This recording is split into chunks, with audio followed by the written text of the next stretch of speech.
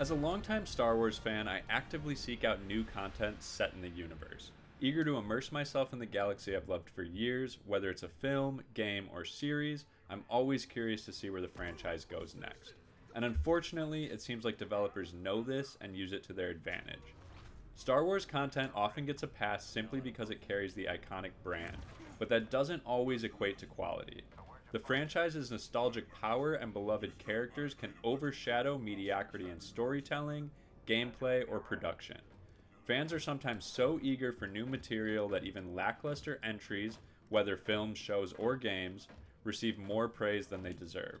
The excitement of being in the Star Wars universe can mask flaws like shallow writing, repetitive gameplay, or poor pacing.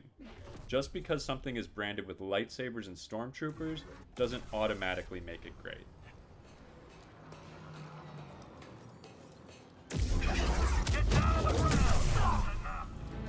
Enemy hit down! Go right up! Don't shoot! I hit him!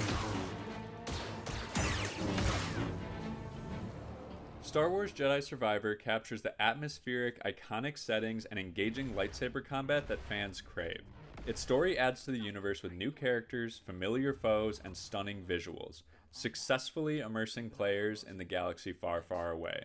But if you remove the Star Wars skin, what's left behind? The gameplay mechanics, while functional, feel derivative, with platforming and combat sequences that can become repetitive, while performance issues and lack of meaningful innovation hold it back from reaching the heights of truly great action-adventure titles. For Star Wars fans, it's a decent experience, but otherwise your time and money might be better spent elsewhere. So let's peel back the Star Wars layer and talk about what this game really is. Jedi Survivor is a story-driven action-adventure game with a heavy influence from the Souls-like subgenre. The game's combat is deliberate, requiring precise timing, dodges, and parries. Enemies hit hard, and each encounter feels significant, forcing players to think tactically rather than button mash their way through. You will fight your way from one meditative save point to the next, where players can rest and apply skill points, but at the cost of respawning enemies. The game offers a modestly sized interconnected world that's packed with side content, including secret bosses and difficult challenge areas for those seeking to test their skills even further. This is a tried and true recipe for a great game. So why, after finishing it, do I feel so indifferent? Let's start with the combat. The combat system in Jedi Survivor builds on its predecessor Fallen Order with more depth, offering 5 unique lightsaber stances, including single, double-bladed, dual-wield, crossguard, and blaster saber combo, each catering to different playstyles. Cal's force powers like push, pull, and slow integrate fluidly with lightsaber combat, adding tactical variety. Varied foes demand adaptable strategies, while precise parrying and dodging create satisfying, challenging encounters. Skill trees allow players to focus their attention on unlocked combos and force abilities that cater to their personal style and strategy. All of this together results in fast-paced, cinematic battles that make you feel like a true Jedi Knight. I really don't have many complaints about the combat system. At its core, it functions as intended. It's satisfying and crisp, and overall very enjoyable. However, in later stages of the game, especially on harder difficulties, the system begins to show cracks. The game starts off like any other, presenting you with simple enemies like mindless stormtroopers, useless droids, and even bugs. Before long, you are introduced to tougher enemies, often initially presented to you in a one-on-one, high-intensity dueling scenario where you're forced to familiarize yourself with new patterns. However, towards the later stages of the game, it feels like they ran out of new ideas. Rather than presenting the player with new and tougher enemies, tricky environmental combat situations, or well-thought-out combinations of enemies, it felt more like they just threw the toughest enemies at you en masse, creating chaotic situations that feel less thoughtful. I often found myself running in circles trying to manage a mob of enemies, only to be overwhelmed by unblockable attacks. While I welcomed difficulty, this felt more like artificial chaos than a refined challenge.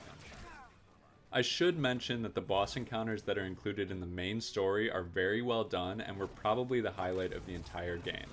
Like any Souls-like title, the boss fights are built around intricate and precise swordplay, leaving very little room for error and forcing players to try over and over until they master the fight. Unfortunately, I cannot say the same for the optional side bosses. They are for the most part just bigger and badder versions of regular enemies.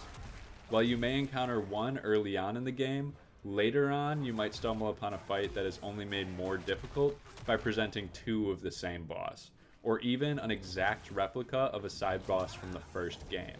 These encounters, while often challenging, are fairly uninteresting. This brings me to the optional side content, the part of the game that feels like the biggest missed opportunity. I've long had issues with large but shallow open worlds, and Jedi Survivor is a great example of this.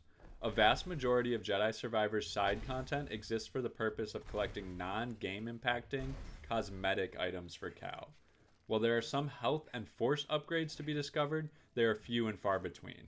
This means that the player can backtrack to an area that they didn't previously have access to, gain access, solve its puzzles, defeat its enemies, just to walk out with a new beard or lightsaber handle that is hardly noticeable during gameplay.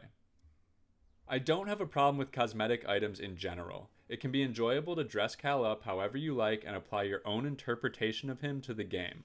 However, wandering down a side path with the knowledge that the only thing waiting on the other end is likely a cosmetic can greatly deter even the most explorative of gamers. I knew this going into the game, as it was my major criticism of its predecessor as well. And to my dismay, they took it even further down the wrong path in Jedi Survivor. For example, the first time I discovered the currency they added to this game, I got hopeful that maybe there were some consumables or gear upgrades or anything impactful to the game to spend this currency on. As soon as I unlocked the first shop, I discovered that the shop only contained even more cosmetics.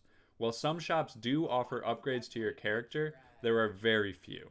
This game also introduced side quests that they called rumors. These rumors often lead to rewards of the like we already talked about, or they will introduce you to new characters that become members of the game's home base, the Cantina. While it can be rewarding to see your Cantina grow and unlock new rooms, conversations, and new rumors, the substance this actually creates is fairly negligible. For example, the DJ that you saved from the wild allows you access to a new series of collectibles, songs that you can play in your Cantina. The fisherman that you meet by a pond unlocks the ability to fill your aquarium with fish. The gardener allows you to upgrade your rooftop garden, and the two Hollow Tactics players that you save from an angry beast unlock a simple strategy game that you play against your NPC companions for, you guessed it, cosmetic rewards. The two saving graces of the optional explorable world are the Jedi Chambers and Force Tears. The Jedi Chambers are enjoyable little puzzle boxes that offer a perk as a reward for each one solved. The Force Tears are either timing and jumping puzzles or high difficulty combat challenges. These can be fun and grant you an additional skill point upon completing. But otherwise, the optional side content is pretty shallow. As for the story, it's best described as fine. The cinematics and voice acting are strong, but the substance feels somewhat shallow. Without giving away any spoilers, Cal's overall objective is fairly bland, and many characters, both new and returning, don't see much meaningful development. There are moments of emotional depth, but many plot points feel underdeveloped or create inconsistencies. The story serves its purpose in keeping you moving forward and delivering nostalgic Star Wars moments, but it lacks the weight of truly impactful storytelling. I don't love to include performance issues in reviews, especially if it only affects a single system, but I feel compelled to mention that even after a year and a half, the game still struggles on PC. I encountered frame rate drops, graphical glitches, and a few crashes. None were game breaking, but it's disappointing to see these issues persist, especially given the full price tag. All things considered, Jedi Survivor stays true to its core concept, offering players an experience that captures the essence of fighting as a Jedi Knight. However, beyond this, the game offers little innovation or creativity. Its vast yet empty open world, along with uninteresting characters, a forgettable story, and repetitive combat encounters, fail to elevate the experience. While exploring the universe's Cal can be enjoyable for Star Wars fans, those looking for a more substantial experience may find that their time and money are better spent elsewhere.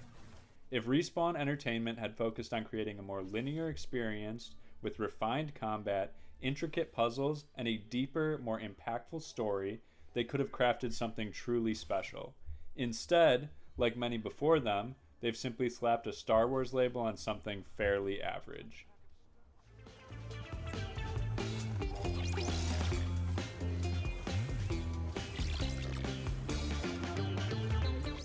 Thank you for watching. If you enjoyed the video, please like and subscribe to support the channel, and make sure to check out our Twitch for live content.